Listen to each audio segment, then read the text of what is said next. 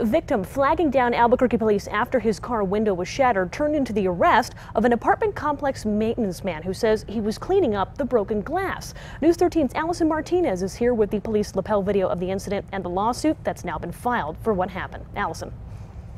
Madeline, that maintenance man was Larry Francia. He admits he has a criminal past and believes that's why police took him into custody rather than believing his story. And I couldn't get released. And I couldn't even get heard. There was nothing I could say about the case or anything like that. It was Memorial Day when Larry Francia's world was turned upside down. Go ahead, put your hands behind your back for me. It all started when a man told police someone broke his car window, stealing his wallet and phone at Kentucky Manor Apartments in Southeast Albuquerque. The guy came over to me, busted the window, pulled a gun on me. He's a white man, maybe 6 feet, slender build. What was he wearing? It was dark. He was jeans, t-shirt. Officers got on scene and found Francia, the apartment's maintenance man, who was in a blue striped shirt, sweeping up the broken glass in the parking lot. What happened though? What happened with this dude? I don't know. Did you do that? Francia said he just got in town from Los Lunas when a tenant complained to him about the glass. Roy told me about the glass. I came to see about the glass.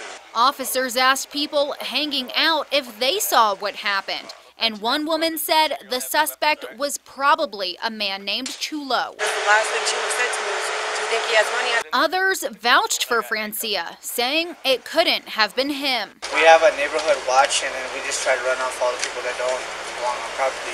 Yet the victim was suddenly adamant Francia did it. And you definitely said it was him. And you're down to say that in front of a jury and Right.